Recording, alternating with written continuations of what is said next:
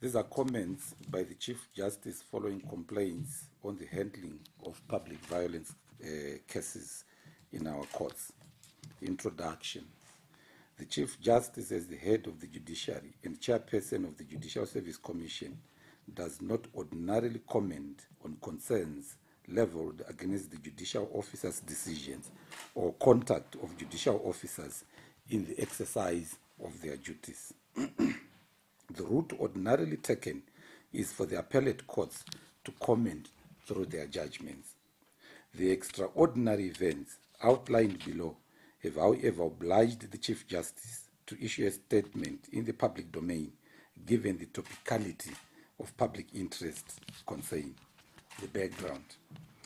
During the week beginning 14 January 2019, Zimbabwe experienced public demonstrations which later turned violent. The protests resulted in serious injury and death to citizens. Property and goods of substantial value were either stolen or intentionally vandalized. The police arrested individuals suspected of involvement and participation in these offences and brought them to appear before various magistrates' courts across the country. The cases were heard in these courts, and the decisions on various issues were and are still being made by magistrates in their respective jurisdictions. Some decisions from the magistrates' courts have drawn notable criticism from certain sections of the civic society, including but not limited to legal practitioners, the media, and other social commentators. Criticism specifically related to the discharge of their duties.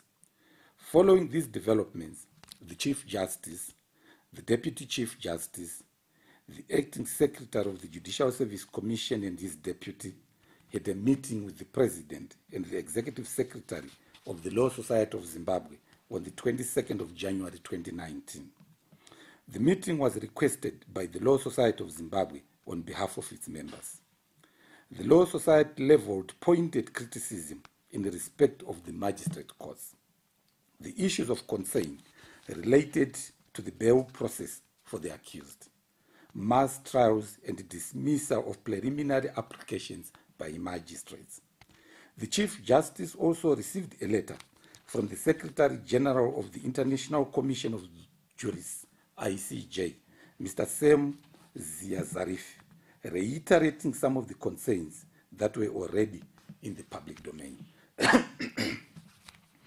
In the meeting held with the Law Society of Zimbabwe on the 22nd of January 2019, progressive engagements were undertaken.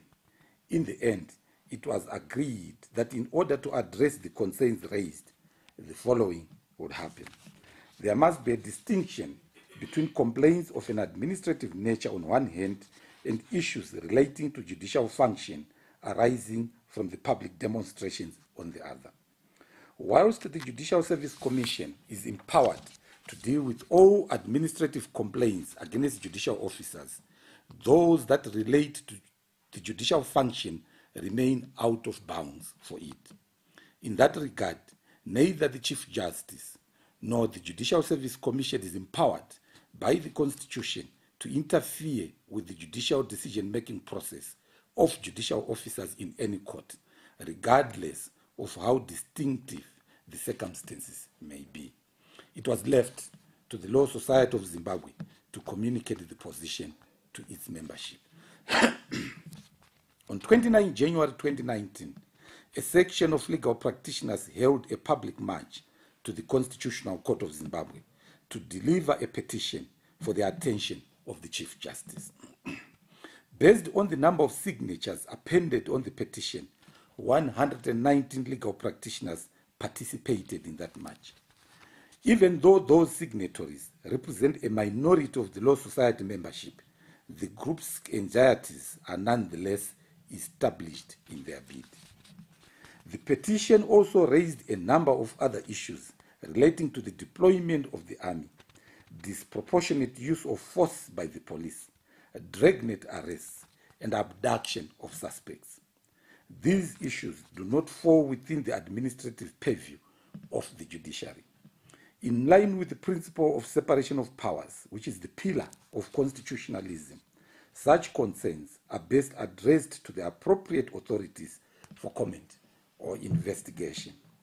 The courts can and will only comment on them if and when they are brought under judicial review via the standard and appropriate channels known to all capable legal practitioners and supported by verifiable facts. In summary, the concerns that related to the courts and appear to be the basis for the criticisms leveled against judicial officers are as follows. 1. The magistrates are dismissing bail applications by the arrested suspects, creating an impression of extracurrial influence on their decisions. Number 2, that the courts are sanctioning fast-track trials without affording accused persons adequate time to prepare their defenses. 3, that the magistrates are dismissing other pre-trial applications made by accused persons. The petitions include applications for some judicial officers to recuse themselves from handling the cases. Number 4, that the courts are refusing legal practitioners' opportunity to take instructions from their clients. As apparent from the list, the issues relate to procedural and substantive decisions made by judicial officers in the course of court proceedings. The response to specific concerns. As already pointed out, the Chief Justice notes with concern the criticisms leveled against the judiciary generally and the magistracy particularly. Following the meeting with the Law Society and the subsequent petition by a section of its membership, the Chief Justice requested a report on all matters related to the public demonstrations that were brought to the courts. The acting Chief Magistrate furnished the Chief Justice with the statistics indicated below as at 30 January 2019. The number of cases received is 371. The number of persons arrested and brought to court is 1,055. The number of persons granted bail is 48. The number of persons who were tried and convicted is 80. The number of persons who were acquitted is 66. The number of persons who were denied bail is 995. Paraphrased, A total of 371 cases brought before the courts were brought before the courts between 14 January 2019 and 29 January 2019. B, 48 adults were granted bail. C, 12 juveniles were released into the custody of either their parents, guardians, or social welfare officers on their appearance in court. D, 995 suspects were denied bails. E, 146 persons have gone for trial.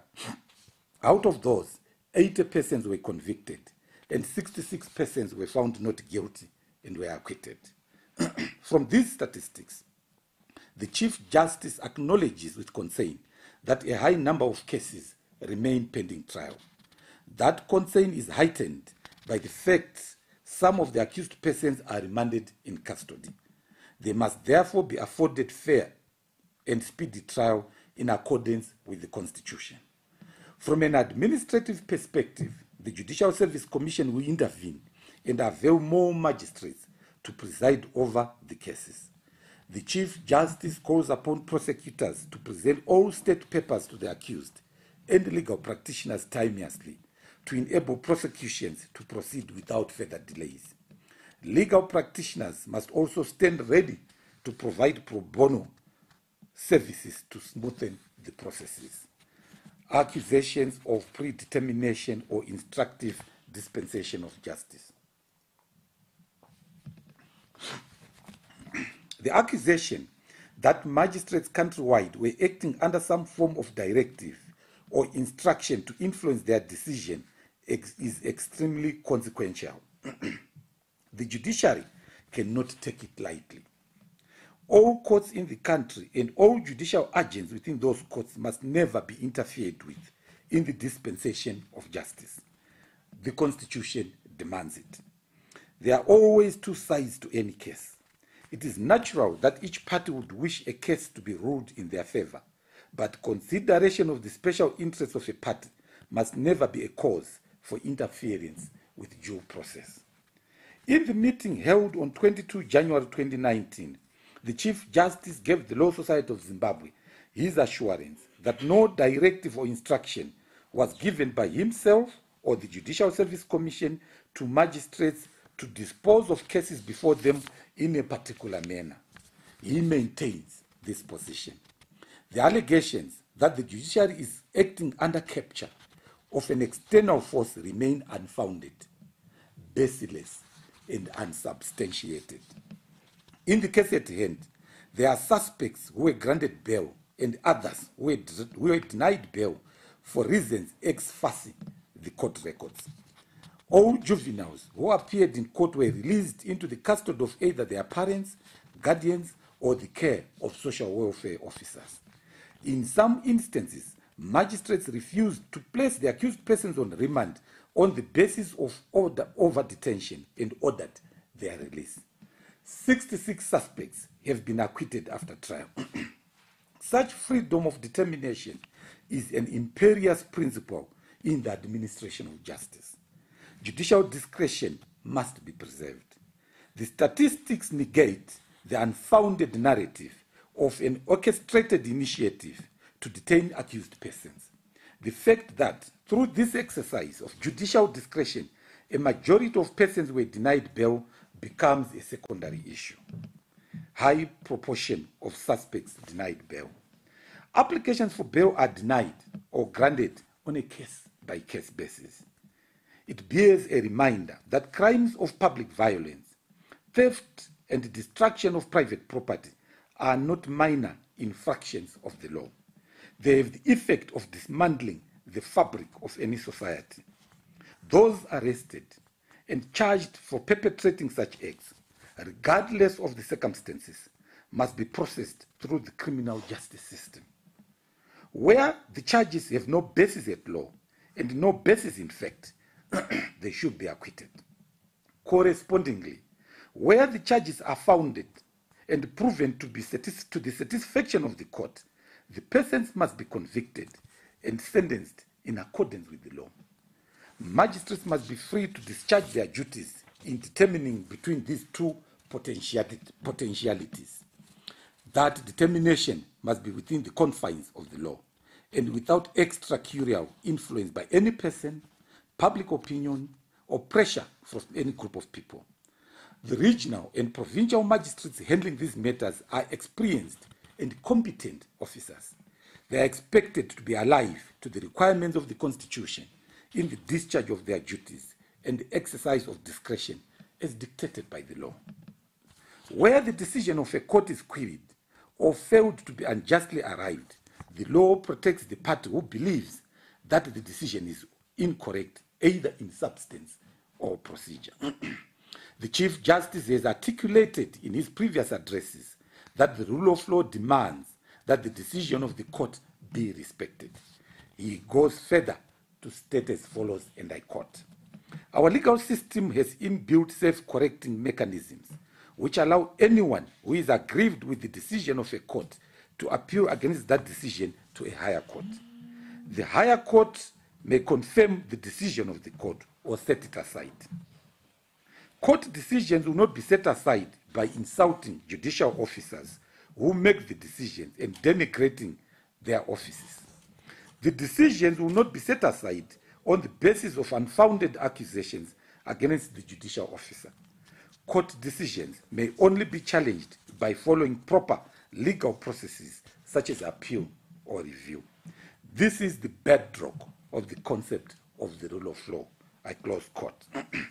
As highlighted by the statistics availed to the Chief Justice, there are 323 cases in which applications for bail were dismissed. The Chief Justice should not and will not comment on the correctness or otherwise of those decisions by the magistrates. The cases are not before him. The facts and circumstances of each individual case cannot be reviewed or considered by the Chief Justice. However, in light of the high number of bail applications being denied, The Chief Justice requested for possible reasons for this trend. A report from the acting Chief Magistrate highlighted that the common thread running through the magistrate's decision included, among others, the following factors. A. The gravity of the offences charged. B. The interconnectedness of the relationships amongst complainants and accused persons in the cases. B. C. The fact that complainants and accused persons live in the same communities presented danger of reprisals. D. The general threats of further instances of violence and societal instability. These reasons are general and do not relate to a specific case. What, however, is of unambiguous concern is the derisory number, as shown below, of cases that have been taken to the High Court on either appeal or review. Harare, only 12 cases were filed on appeal. Bulawayo, only 6 cases were filed at High Court Bulawayo on appeal. Masvingo, only 1 case were filed on appeal. The total number of cases filed on appeal so far is 19. Review. Harare, only 4 cases were filed on review. Bulawayo, it's nil. Masvingo, it's nil. Mutare, it's nil. Paraphrased, only 19 cases have been taken on appeal to the High Court. There has been little effort in the legal framework, at least to challenge the impugned decisions of the magistrates in the other 304 cases. Only 4 cases have been taken on review. Discharge of justice by the magistrates. In the Zimbabwean legal system, the fact that a person appears in court without legal representation does not in any way mean his or her rights are negated. Magistrates must, in the discharge of their functions, handle trials of unrepresented accused persons with the necessary sensitivity to the protection of their rights to fair trial. Whilst the judicial officers have received extensive training on how to guide the unrepresented accused persons through legal procedure, they cannot prosecute the accused's case or descend into the arena. 52% of the public violence cases have appeared before the courts during the period in question had unrepresented accused persons. About 37% of these cases were taken up by the Zimbabwe Lawyers for Human Rights. The organization must be commended for taking up these cases. It worked tirelessly and did its best in these extraordinary circumstances. The Chief Justice noted from the Acting Chief Magistrate's report that the Zimbabwe Lawyers for Human Rights appear to be overstretched in dealing with these matters. A classic example is what happened in Bulawayo, where one legal practitioner has taken up 20 different cases. All these cases were remanded to the same date, the 31st of January 2019, for trial. Obviously, the legal practitioner will not be able to appear in 20 different courts to offer legal representation. On the other hand, to give different dates to all these cases to accommodate one legal practitioner may end up frustrating the ends of justice. In that vein, the greater legal profession is encouraged to complement the good efforts of Zimbabwe Lawyers for Human Rights by providing pro bono legal assistance to the accused person. Fast-track courts. Matters in all courts must be dealt with expeditiously. Fair and expeditious trials are a requirement of the law. The Chief Justice reminds all and sundry, once again, that all judicial officers are required by Section 164, subsection 1 of the Constitution to dispense justice expeditiously. In doing so, all due process must always be followed and rights of accused persons be respected. Indeed, this was the theme of his address at the opening of the 2019 legal year on the 14th of January 2019.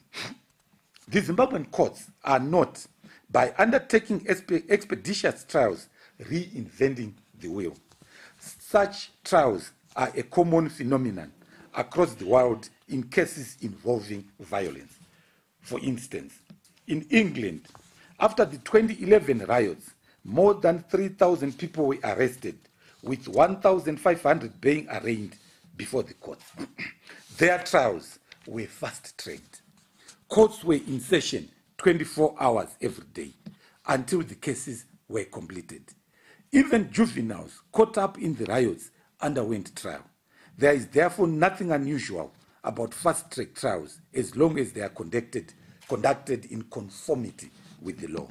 The Chief Justice therefore maintains his position that where suspects are arrested and brought to court, they are entitled to speedy trial.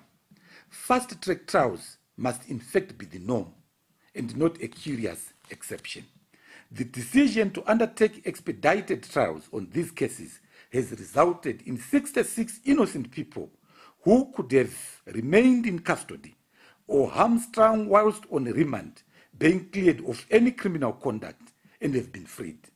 However, other than a reminder that expeditious justice delivery should not infringe any other constitutionally enshrined rights, the Chief Justice is unable to comment on the procedure adopted in any particular case or the circumstances under which the cases complained of have been determined. In conclusion, the decisions by magistrates cannot be reversed via petitions. Only in the courts of law can matters of this nature be ventilated on. The process of setting aside or confirming decisions of lower courts will only happen in superior courts. The Chief Justice urges all those with concerns to follow the legal route. The processes are clear and extensively provided by the law. Only this avenue is consistent with the legal sequence of justice. An extrajudicial path, unfortunately, will not help the cause of suspects who will require legal representation. Petitioning the Chief Justice or the Judicial Service Commission to intervene in decisions made by judicial officers in the course and scope of their work amounts to interference with the discretion and the independence of those judicial officers. That independence is sacrosanct, regardless of how the outcome is interpreted by any party. The position of the judiciary, the position from which the judiciary will not relent remains that issues which are subject of these complaints must be dealt with in terms of the law. The Chief Justice calls upon all stakeholders in the justice delivery system to exercise their independent functions impartially and without influence, fear, prejudice, or favor. The Judicial Service Commission remains committed to the rule of law, and its officers are bound to respect it. The Chief Justice takes note of the high number of suspects facing allegations of public violence and need for these cases to be expedited and finalized within the shortest possible time. It is necessary to bring together players in the administration of justice so that they collaborate and ensure effective management of these matters. To that end, he has instructed the acting secretary of the Judicial Service Commission to constitute a tactical committee of members from the following stakeholders: the acting chief magistrate and his deputy, representatives from the Law Society of Zimbabwe, the National Prosecuting Authority, the Zimbabwe Republic Police, and the Zimbabwe Prisons and Correctional Services. The purpose of the committee will be to address all issues and take all administrative measures to ensure speedy trials with due respect of the right of accused persons.